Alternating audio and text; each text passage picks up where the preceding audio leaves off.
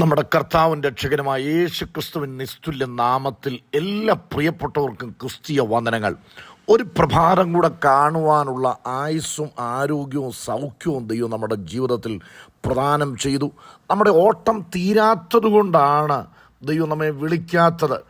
ദൈവികമായിട്ടുള്ള പാതയിലൂടെ ഇടത്തോട്ടും വലത്തോട്ടും തിരിയാതെ നാം ലക്ഷ്യസ്ഥാനത്ത് എത്തിച്ചേരുന്നതിന് വേണ്ടി ജീവനും ഭക്തിക്കും ആവശ്യമുള്ളതൊക്കെ അതാത് സമയങ്ങളിൽ സ്വർഗത്തിലെ ദൈവം നമുക്ക് ചൊരിഞ്ഞു തരികയാണ്.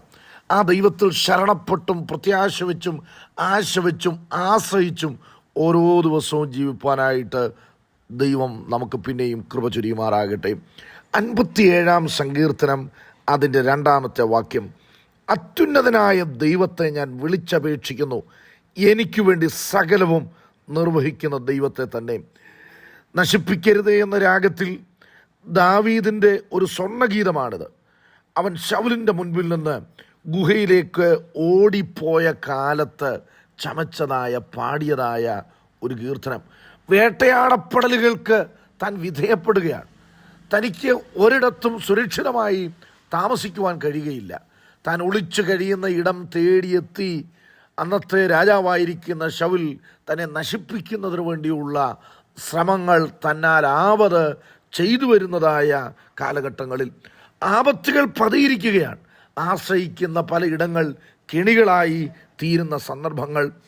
ഹതഭാഗ്യനാണ് താനെന്ന് ചിന്തയുണ്ടാകത്തക്കതായ പശ്ചാത്തലങ്ങളാണ് തൻ്റെ ജീവിതത്തിൽ നേരിടുന്നത്.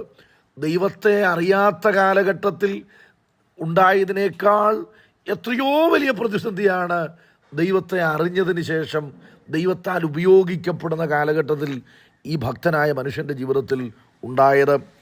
എന്നോട് കൃപയുണ്ടാകണമേ എന്നാണ് അദ്ദേഹത്തിൻ്റെ പ്രാർത്ഥന. ആപത്തുകൾ ഒഴിഞ്ഞു പോകുവോളം തൻ്റെ ആ ജീവിതത്തിൻ്റെ കഷ്ടതയുടെ കാലഘട്ടത്തിൽ ഒന്നിനു പുറകെ ഒന്നായി പലതും താൻ നേരിടേണ്ടി വരികയാണ്. ഒഴിഞ്ഞു പോയേ പറ്റുകയുള്ളൂ. അത് ഒഴിച്ചുവിടാനുള്ള ശക്തിയോ കഴിവോ അറിവോ ഒന്നും തനിക്കില്ല. എന്നാൽ സകലത്തെയും ഭരിക്കുന്ന നിയന്ത്രിക്കുന്ന ദൈവത്തിൽ ആശ വെച്ചും ആശ്രയിച്ചും അദ്ദേഹം പ്രാർത്ഥിക്കുകയാണ്. ആപത്തുകൾ ഒഴിഞ്ഞു പോകുവോളം. നമ്മുടെ ജീവിതത്തിൻ്റെ ചില കാലഘട്ടത്തിൽ ഈ ബസ് ഇങ്ങനെ ബ്ലോക്കായി കിടന്നനന്തരം ചെയിനായി കടന്നു വരുന്നത് പോലെ ചിലത് ഒന്നിനു പുറകെ ഒന്നായി തൊട്ടതും പിടിച്ചതും നോക്കിയതും എല്ലാം പ്രയാസ പ്രതിസന്ധികളായി തീരുന്ന ആ അവസ്ഥകൾ നമ്മുടെ ജീവിതത്തിൽ കടന്നു വരും. എന്നാൽ ആ സമയങ്ങളിൽ നിരാശപ്പെടുകയോ ഓടി ഒളിക്കുകയോ ജീവിതത്തിൽ നിന്ന് തന്നെ അങ്ങ് ഒഴിഞ്ഞു പോയേക്കാമെന്നുള്ള ചിന്തയ്ക്ക് നാം കീഴ്പ്പെടുകയോ ചെയ്യുകയല്ല. മറിച്ച് ഭക്തൻ പ്രാർത്ഥിക്കുന്നു, ആപത്തുകൾ ഒഴിഞ്ഞു പോകുവോളം ഞാൻ നിൻ്റെ ചിറകിൻ്റെ നിഴലിൽ ശരണം പ്രാപിക്കുന്നു. മറ്റുള്ളവർ നോക്കുമ്പോൾ താൻ ഗുഹയിലാണെങ്കിലും എന്നാൽ താൻ പറയുന്നു, ഇത് ഗുഹയല്ല, ഇത് ദൈവത്തിൻ്റെ ചിറകിൻ്റെ നിഴലിലാണ് ഞാൻ വസിക്കുന്നത്. ആയിരിക്കുന്ന പശ്ചാത്തലങ്ങൾ എത്ര പരിതാപകരമാണെങ്കിലും അവിടെ ദൈവ സാന്നിധ്യം തിരിച്ചറിഞ്ഞിട്ട് താൻ പ്രാർത്ഥിക്കുന്നു. ഈ ദൈവത്തിൻ്റെ ചിറകിൽ വസിക്കുന്ന ആ ഭക്തൻ പറയുകയാണ്, അത്യുന്നതനായ ദൈവത്തെ ഞാൻ വിളിച്ചപേക്ഷിക്കുന്നു, എനിക്ക് വേണ്ടി സകലവും നിർവഹിക്കുന്ന ദൈവത്തെ തന്നെ. തന്നെ ഒതുക്കിക്കൂട്ടി ഗുഹയ്ക്കകത്ത് ചുരുട്ടിക്കെട്ടിയിരിക്കുകയാണ്. ഒരർത്ഥം പറഞ്ഞാൽ അവിടെ നിന്നുകൊണ്ട് തനിക്ക് എന്താ ചെയ്യാൻ പറ്റും? ഒന്നും ചെയ്യാൻ പറ്റില്ല. അവിടെ ഇരുന്നുകൊണ്ട് ചെയ്യാൻ പറ്റുന്ന കാര്യം എന്താണ്? ജീവിക്കുന്ന, പ്രാർത്ഥന കേൾക്കുന്ന ദൈവത്തെ വിളിച്ചപേക്ഷിക്കുക.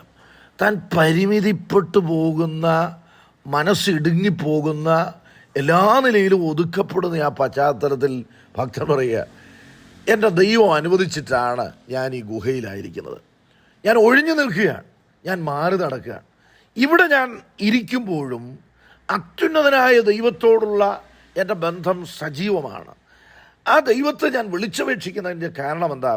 എനിക്ക് വേണ്ടി സകലവും നിർവഹിക്കുന്ന ദൈവം.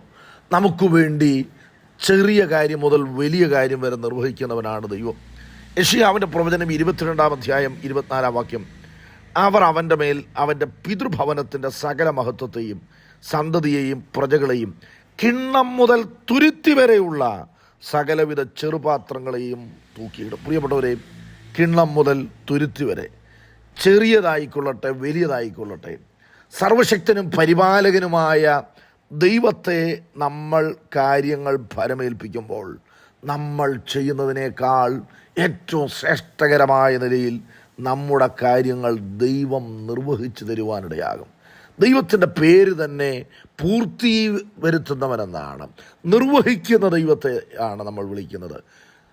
ദൈവത്തിൻ്റെ സൃഷ്ടിയാണ് ആദാമെന്ന് പറയുന്നത്. ആദാമിനൊരു തക്ക തുണ വേണം, അവൻ ഏകനായിരിക്കുന്നത് നന്നല്ല എന്ന് ദൈവം തന്നെയാണ് കണ്ടത്.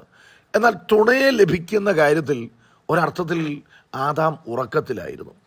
ആദാമിൻ്റെ കണ്ണിന് മുൻപിലൂടെ വന്നതൊന്നും തനിക്ക് ചേരുന്നതായിരുന്നില്ല. അത് മനസ്സിലാക്കി ദൈവം തന്നെയാണ് ആദാമിന് അത് ഒരുക്കി കൊടുത്തത്. അതിനകത്ത് ആദാമിന് ഒരു പങ്കുമില്ല. നമ്മുടെ ജീവിതത്തിൽ നമ്മൾ മനസ്സിലാക്കേണ്ട കാര്യങ്ങൾ ദൈവത്തെ നമ്മൾ ഭരമേൽപ്പിച്ചു കഴിഞ്ഞാൽ മനസ്സ് സ്വസ്ഥമായിരിക്കണം. എൻ മനമേ നീ സ്വസ്ഥമായിരിക്കുക, യഹോവ നിനക്ക് ഉപകാരം ചെയ്തിരിക്കുന്നു.